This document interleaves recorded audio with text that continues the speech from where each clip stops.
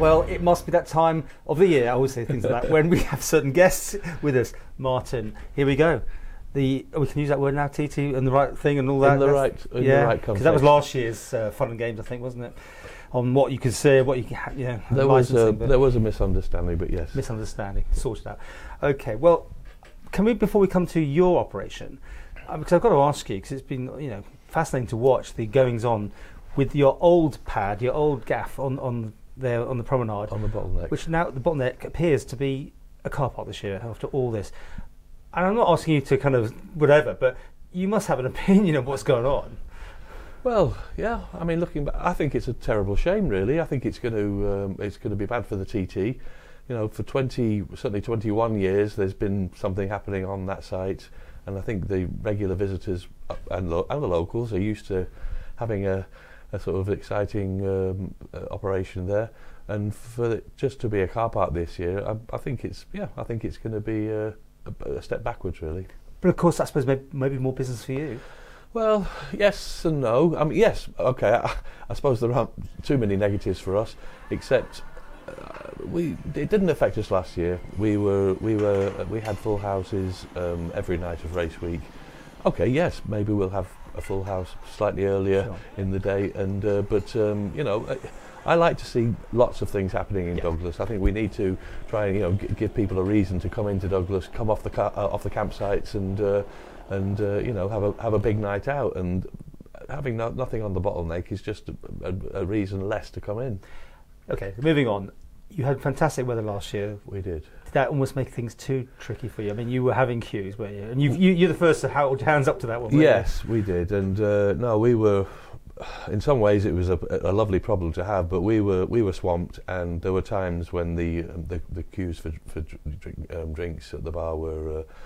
We hated seeing that as much as anyone. So. And yet I think you had a queuing system, but you certainly had people pushing the beers out constantly, and you just couldn't keep up. We couldn't keep up. Amazing. And as I said, that is in some ways a nice problem to have, but we're hoping that we've identified all those areas where the bottleneck, if that's the right word, where the bottleneck was occurring. Yeah. And yes, we're going to have more bars within the gardens, more serving areas, and also, very importantly, a lot more toilets, so that is what goes in has to come out.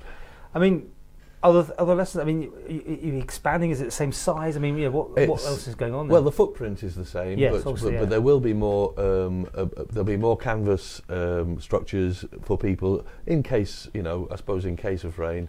But one thing which was hardly touched on last year was there's going to be a lot more happening up on the colonnade, on the upper colonnade. Yeah. We've got a company, Revel Events, who are very experienced at that, and they're going to be offering an enhanced experience, if that's the right word. So you can have a bit more comfort, have a seat and a table with extra food and drink offerings up there. So that's, I suppose some would say that's not very Bushy's, but I'd like to think we can be all things to everyone, and we can, for those that would like a bit more comfort or they're celebrating something, they can go up and enjoy themselves in that area. Now, how did the live music go, should I say? I mean, because obviously there was impacts, no doubt, on different ways on the thing. Yes. Neighbours were happy with it. Everything all right? Was it? Well, touch wood. But I didn't hear of any. I know a few people said that they went away for TT because we were on their doorstep. I'd like to think that we were very mindful of not disturbing the neighbourhood, and that we certainly we had the music turned off earlier than we used to do at the bottleneck. And with the stage facing out to sea, I'd like to think that it's that it's also another reason that it shouldn't be causing too much disturbance. So. If there are any sort of neighbours who are worried about about the sound, we'd love to sort of bring them down and talk to them and see if we can alleviate or certainly allay their fears. This is a very unfair question, but I'm going to ask you anyway. If you had the choice, would you, even at this stage, take on the bottleneck and add it to your portfolio or something like that? If someone said we need something down there.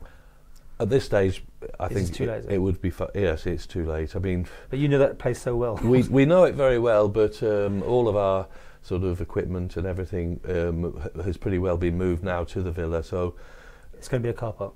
it's looking that way. I mean, I suppose that from my point of view, the ideal situation, if anybody wants to look at doing it in the future, I don't know its future plans, but we'd love to talk to them and see if we can supply them with Bushy's beer and give them the tips of how we've done it. It does say the Hooded Ram should be back next year, I think, is what they're planning. I honestly don't know. Who knows? But that's what they're planning, I think. Okay, well, if that's the plan, then so be it. Right, before we go, I've got to show you hot off the press. Hot off the press. Because these are very collectible each year. Well, yeah, that's this year's. Tell us about it. Well, it's actually showing Bushy the Fox, and he's in that famous scene from the No Limit film. Yeah. So that's the scene where he comes out of the shed. So he's riding the Shuttleworth Snap, which is also one of our lovely TT themed beers. And as you say, hot off the. So this will be the this year's sticker and T-shirt design, and hopefully it'll go well. When does TT kick off for you? We touch wood again. All being well, we'll be opening 5 o'clock on the Saturday the 25th, and from then on it'll be 12 till 12 for the next 13 days until Senior Race Day. And still Charity Sunday, is that That's happening? Correct. That's Sunday the 26th, so that'll be 12 till 12. A whole host of wonderful local bands. We're suggesting a minimum £2 entry for the charities, so that's the only day that we'll be charging. Every other day will be free. Well, I should finally ask you, was it the right call when you say you weren't going to charge last year? Because at one stage you were umming and erring. Do you put the big band on? Do you not put the big band on? No. Did you think you did the right thing? Absolutely. I think with hindsight it was very important. People knew that they could come down. I think it really did boost the numbers that came down, because they knew that it was going to be a free night out. It left them a bit more money in their pocket to spend, and it was a good experience.